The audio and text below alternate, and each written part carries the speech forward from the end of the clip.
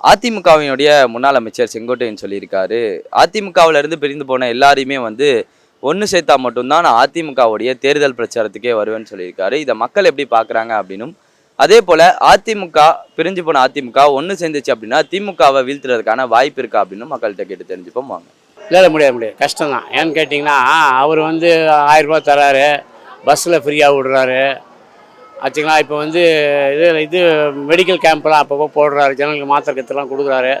அதனால் இந்த 26 அடிக்க முடியாது. என்ன ஒரு 4 சீட்டு குறையும் மிச்சப்படிக்கு. ஏன்னா சில பேர் இருக்காங்கள்ல, காசு வாங்கிட்டு அவரு தான் போடணுன்னு சில பேர் இருக்காங்க. அவங்க தைரியமாக போடுவாங்க, தாராளமாக போடுவாங்க. மிச்சப்படிக்கு டிஎம்கேலாம் அடிக்கிறதுக்கு இந்த 26 சான்ஸ் கிடையாது, அவ்வளோதான்.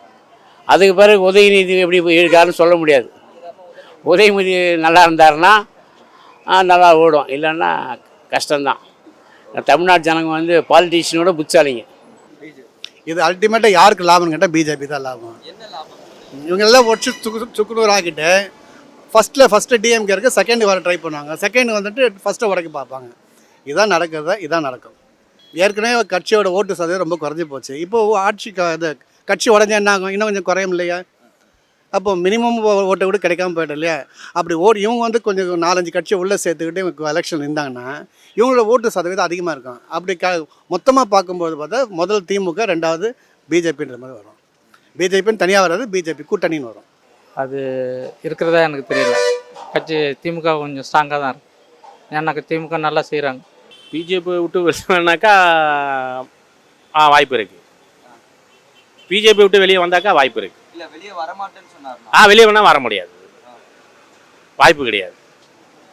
கண்டிப்பாக சிறுபான்மை ஓட்டு கிடைக்காது. ஏன்னா சிறுபான்மை ஓட்டு வந்து உங்களுக்கு வந்து டிஎம்கேலையும் அதிமுகலையும் நிறைய பேர் இருக்காங்க. இன்றைக்கி பிஜேபியோட கூட்டணி வச்சாரோ சிறுபான்மை ஓட்டுங்கள் கொஞ்சம் குறைஞ்சிருச்சு. அதில் எந்த ஒரு மாற்ற கருத்து கிடையாது. அது அவர் ஆரம்ப காலத்தில் அவர் எம்ஜிஆர்ல இருந்து இருந்தவர்.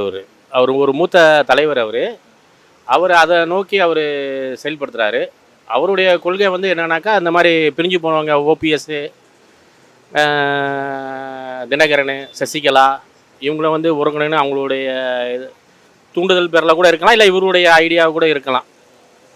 அதை நினச்சி அவர் செயல்படுத்துகிறாரு. ஆனால் இது வந்து எடப்பாடி ஏற்பாரான்னு சந்தேகம்தான். அவர் ஏற்க வாய்ப்பு இல்லை. ஆனால் அவங்க வந்து முன்னோடியான உள்ளவங்க. அவங்களாம் வந்து இருந்து தான் அவர் கிளை செயலாளர் 1975 வந்தவர். இப்போ வந்து எடப்பாடியை தான் அவங்கெல்லாம் நியமித்தாங்க. இப்போ அவர் வந்து அந்த இது ஏற்றுக்கொள்வாரான்றது டவுட்டு. இபிஎஸ் ஏற்றுக்கொள்வார்னு டவுட்டு தான். எடப்பாடி இவரும் கோரிக்கை வச்சுருக்கார், 10 நாள் கெடு வச்சுருக்காரு. 10 நாளில் நீங்கள் சொல்லலாம் நாங்கள் வந்து சேர்ந்து ஒருங்கிணைச்சிருவோம் அப்படின்னு சொல்கிறாரு.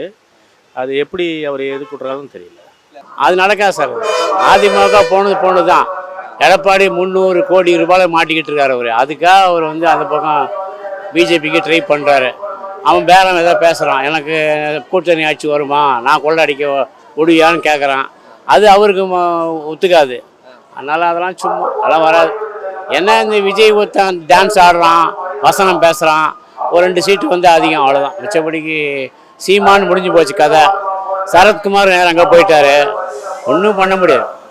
என்ன டிஎம்கேக்கு ஒரு 4-5 சீட்டு குறையும். அவர் வந்து இப்போ மகளிருக்கு விடியல் பயணம் மாதிரி ஏதாவது கண்டுபிடிச்சாருன்னா கொஞ்சம் ரைஸ் ஆகும். மிச்சப்படி இல்லை. ஆமாம், கண்டிப்பாக அவங்களுடைய தூண்டுதல் பேர் தான் வந்து வந்திருக்காரு.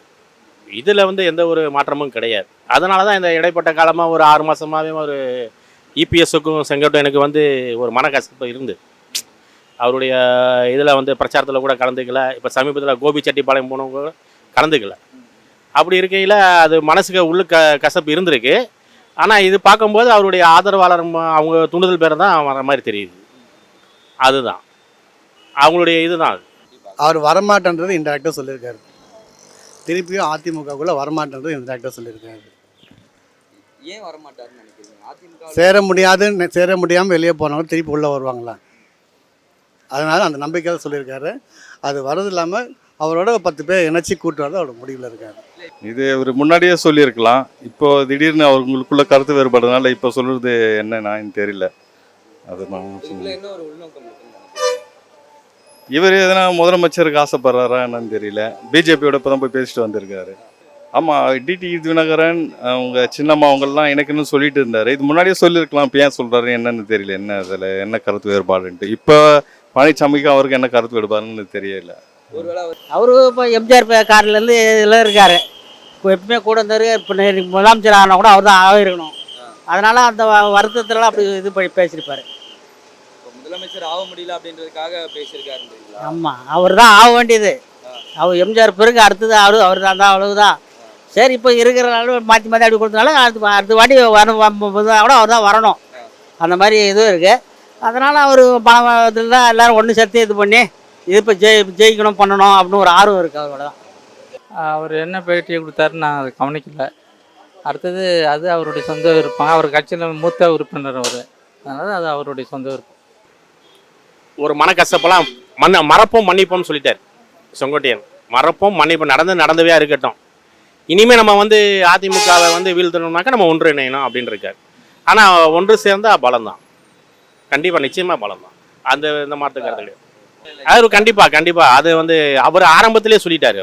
அவர் பிஜேபியுடைய கூட்டணி ஆரம்பத்தில் இருக்கும்போதே ஓபிஎஸ் சில கட்சிகள்லாம் வந்து நிபந்தனை சொல்லியிருக்காரு, ஒன்று சேரக்கூடாது அப்படின்னு. அவருக்கு வந்தால் அவருக்கு வந்து கொஞ்சம் அவருக்கு உள்ள ஏதாவது ஒரு பிரச்சனை வரும். பொதுச் செயலாளர்ன்ற ஒரு இதில் பிரச்சனை இருக்கலாம். அது அவருடைய கான்ஃபிடன்ஸ் அந்த மாதிரி இருக்கும், வேற ஒன்றும் கிடையாது. அதனால தான் அவர் வந்து கண்டிப்பாக அதில் எந்த மாற்றமும் கிடையாது. அது 2014 ஜெயலலிதா அவங்க இறந்ததுல இருந்து பிஜேபியுடைய என்ன சொல்கிறாங்களோ அதுதான், அவங்க அமித்ஷா என்ன சொல்கிறாரோ அதுதான். அதனால தான் அவர் வந்து நான் வந்து பிஜேபியோட கூட்டணி வைக்க மாட்டேன்னு சொன்னார் ஆணித்தனமாக. ஜெயக்குமார் ஆணித்தனமாக சொன்னார். அப்புறம் வச்சவனே பாட்டாருங்க, கண்டிப்பாக ராயபுரம் தொகுதியில் தோத்துட்டார் அவர். இஸ்லாமியர் ஓட்டு அவருக்கு எதுவுமே வரலை. அந்த மாதிரி அது அவரும் அதே தான் சொன்னார். இபிஎஸ் நாங்கள் கூட்டணி இல்லை. அப்புறம் வந்துக்கிட்டு என்ன பண்ணார், இந்த ஒரு வருஷத்துக்கு இடையில் அதிமுக பிஜேபியோட கூட்டணி வச்சுட்டார். அது வந்து ஒரு சிறுபான்மை ஓட்டு வந்து வர்றது சந்தேகம் தான். ஆனால் இதை பார்த்தீங்கன்னா செங்கோட்டையன் பேசுகிற பார்த்தாக்கா ஒருங்கிணைஞ்சு எல்லாரும் வந்தாக்கா நம்ம வீழ்ந்த இப்போ 2024 எலெக்ஷனில் இது 21 தோத்தது, அப்புறம் அந்த கவுன்சிலர் இது கொஞ்சம் டவுனாக தோத்தது, இதுக்கெல்லாம் வந்து பார்த்திங்கன்னா நம்மளுடைய ஒற்றுமை இல்லை அப்படின்னு அவர் சுட்டி காட்டியிருக்காரு. இது ஒரு முன்னாடியே சொல்லியிருக்கலாம். இப்போ திடீர்னு அவங்களுக்குள்ள கருத்து வேறுபாடுனால இப்போ சொல்கிறது என்னன்னு தெரியல. அது நான் இவர் எதனா முதலமைச்சருக்கு ஆசைப்படுறாரா என்னன்னு தெரியல. பிஜேபியோட இப்போ தான் போய் பேசிட்டு வந்திருக்காரு. ஆமாம், டிடி தினகரன் அவங்க சின்னம்மா அவங்கெல்லாம் எனக்குன்னு சொல்லிட்டு இருந்தார். இது முன்னாடியே சொல்லியிருக்கலாம், இப்போ ஏன் சொல்கிறாரு என்னன்னு தெரியல. என்ன அதில் என்ன கருத்து வேறுபாடுன்ட்டு. இப்போ பழனிசாமிக்கு அவருக்கு என்ன கருத்து வேறுபாடுன்னு தெரியல.